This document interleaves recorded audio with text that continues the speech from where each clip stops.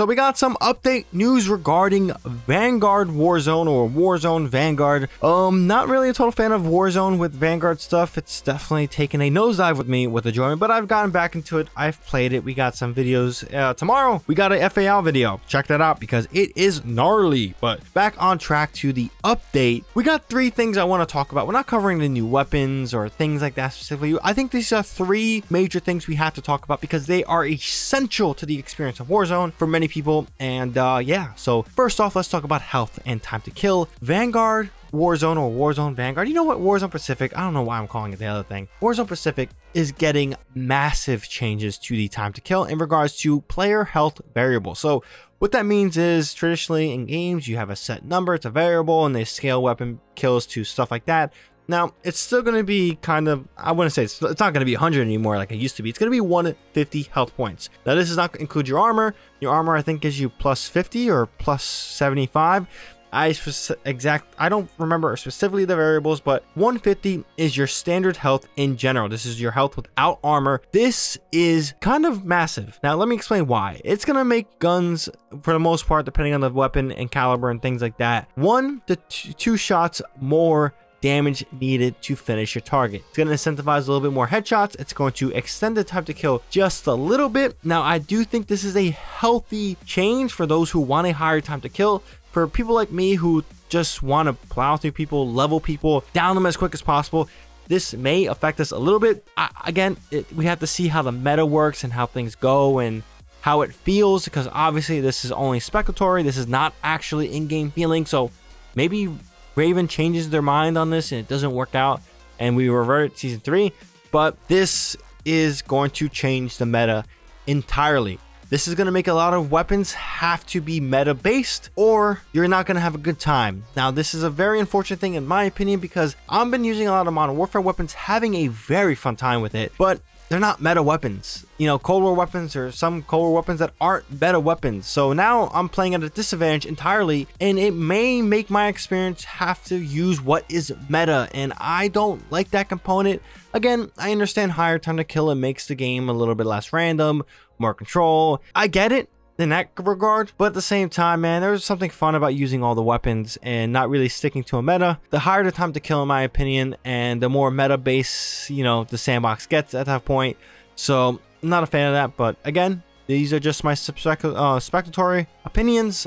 Maybe I'm entirely wrong, but traditionally how things have gone with higher time to kills, especially with Black Ops Cold War, that was a great game to, you know, understand how meta crunch that time to kill can make a sandbox and your choices. I feel like it's gonna have the same effect here. You're gonna have to be using a lot of what's top tier weapons instead of just what's fun. But let's talk about change number 2, and I think it's a pretty big change. Vanguard Royale is getting removed or kind of thrown into Battle Royale. So they're combining what is Battle Royale right now and what is Vanguard Royale into one mode called, hold up, Battle Royale. Yeah, I mean, I guess, whatever. So what happened is it's very, very weird. So let's first talk about where this information is coming from. Charlie Intel. I definitely quoted him before. I forgot to quote him now. The description below has all their stuff if you guys want to check them out. Good Call of Duty source to follow. Now they had they talked to the creative director of Raven Software to talk about why it just won't exist. So first off, starting with season 2 Reloaded, Vanguard Royale won't exist. Vanguard Royale and Battle Royale are combining into a single mode, Battle Royale. It'll feature the best of both in one mode. During a meeting on Friday with Raven's creative director, they confirmed Vanguard Royale was really used as a testing mode to see what works, what can be added, etc. Now they want one Battle Royale experience in Warzone versus 2. So with that in general, I mean, it makes sense. I hated when Vanguard Royale was the mode to play and you kind of were forced to playing Battle Royale quads, even though I did have some fun time with some randoms. So you'll see that tomorrow. It's a little, it makes the experience less fun. I like being more flexible what I can play as a gamer itself. The more options you give the player, whether it affects player density in certain modes, I get that point, but I just rather control what I play, have as much control as possible, whether it's Battlefield with server browser or just Call of Duty, picking exactly what mode I want to play. The more control the player has on the user experience, the better the experience can be. So I like this change. Now, what are they going to be bringing over? I expect the Vanguard vehicles to come over. They made new models. They made them work. They're going to scrap the old vehicles, unfortunately. So I expect that. Planes, of course, bombers, of course, that whole system of how that works. You can destroy buy stations. I would expect the gas to function how it does in Vanguard Royale, as well as each circle kind of having some event. I think those are actually two helpful updates that they did with Vanguard Royale that I do want to see transfer over. But besides that, I mean, you can use all your weapons from it, sounds like. I think that's a great thing. Let players choose what they want to use, but at the same time, like I mentioned before, let's see how this health points 150 affect the options player gets to use. Can they do more freedom stuff, or they have to use stuff that's meta to be successful? Let's wait and see. Now, last but not least, I think one of the biggest questions and biggest worries amongst this update, because we knew it was coming, was Rebirth Island getting a remap now, or a reskin or a reshake-up. There was going to be a map update to this, and a lot of people feared that it was going to make it World War II-ish, change the map entirely, ruin it how Caldera ruined Warzone with Verdansk, you could say. I know people had that sentiment, but if we look here on screen, big top view of the map, nothing really looks like it changed drastically. Now here you can clearly see a few changes. You look at the water tower, you look at, you know, there's the little pier things, there's minor changes from what it seems like, and they showcase more pictures, you know, revolving more changes. Like, this does look relatively cool. It's kind of a reskin. They added some banners, they changed up how, you know, prison works with the top of the wall. Again,